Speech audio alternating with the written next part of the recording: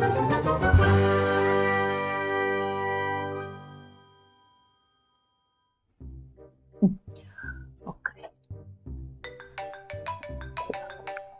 Pronto? Quella che fai? Ciao, proprio adesso dovevi chiamare. Ma lo yogurt, che? Ma quale yogurt? È che stavo preparando una cosa per Kedil, un video. Senza di me. Senza di te, tutto con te devo fare, prezzemolo. E che pizza! Te la do io una pizza. Ma oggi sei proprio un peperino, eh? Non sono un peperino, che quando fai così resto di sale. Vabbè, avevo capito, non mettiamo troppa carne al fuoco, sennò poi litighiamo. Dai, ti saluto, ciao. No, che saluti? Aspetta, che saluti? Scusa, mi hai chiamato?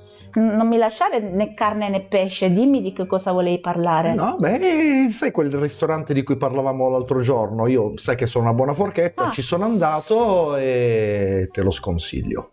Davvero? Sì, non ne vale la pena. Cioè, tutto fumo e niente arrosto, tutta quella pubblicità? Già. Hai capito.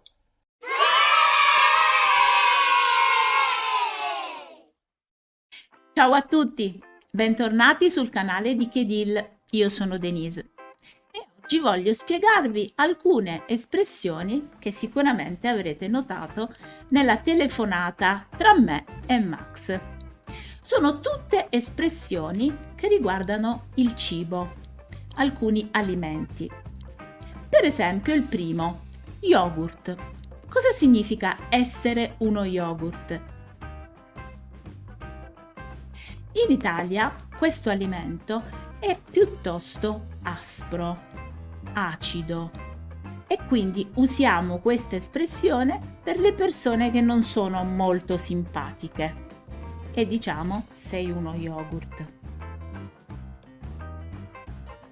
La seconda espressione è una verdura che usiamo in tutte le cucine, è il prezzemolo. Il prezzemolo è molto comune in tantissimi piatti.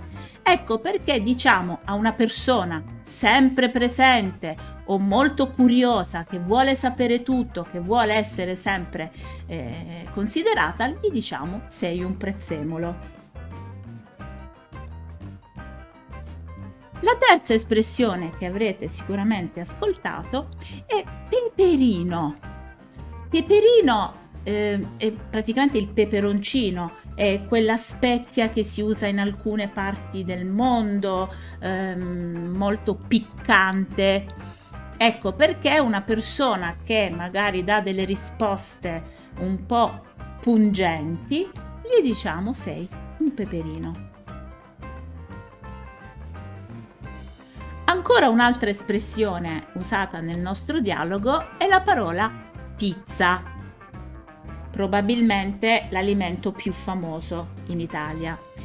In questo caso è usato in due significati differenti. Il primo è un significato che sta ad indicare noioso, qualcosa di lungo, pesante, noioso, viene definito una pizza.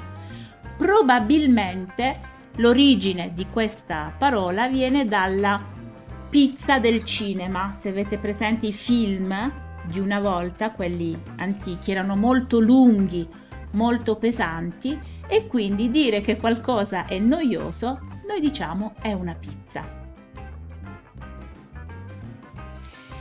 La seconda espressione, dare una pizza, ovvero dare uno schiaffo, è un'espressione entrata nella lingua italiana probabilmente dal romanesco, dal dialetto romano, poi invece si è sviluppata e viene usata in tutta Italia, quindi do una pizza significa dare uno schiaffo.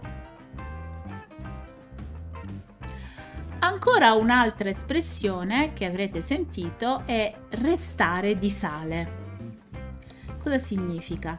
Significa restare sorpresi, restare senza parole, restare come una statua. Nel caso di sale, probabilmente questa è una espressione che deriva dalla Bibbia, da una parabola, da una delle storie della Bibbia, e quindi rimanere sorpresi per qualcosa. L'altra espressione che avrete sentito è mettere troppa carne al fuoco. Cosa succede se noi mettiamo troppa carne sul barbecue? Non cucina bene, non cuoce bene, si può anche tutto bruciare. Quindi mettere carne al fuoco, troppa carne al fuoco, significa mettere insieme troppi argomenti, troppe situazioni e fare confusione. Ancora un'altra espressione era non essere né carne né pesce. Questo significa non dare nessun significato reale a qualcosa, né carne né pesce. Che cosa sei? Nulla. Un'altra espressione usata nella nostra telefonata è essere una buona forchetta. Una buona forchetta è una persona che ama mangiare, che ama il cibo, che capisce il sapore degli alimenti e quindi in generale una buona forchetta sa mangiare bene. Ancora un'altra espressione era tutto fumo e niente arrosto. Cosa significa? Significa che non c'è niente di sostanzioso. Quando si fa per esempio molta pubblicità per qualcosa e poi in realtà non ha nessun valore, non vale niente. Tutto fumo e niente arrosto. Spero che questa nostra attività vi sia piaciuta, che potrete insomma usare tutte queste espressioni molto comuni della lingua italiana. E nel salutarvi vi ricordo prima di tutto di iscrivervi al nostro canale per essere sempre informati, di mettere un like qui sotto, metteteci un like e approfitto dell'occasione anche per augurarvi buone feste. Ciao!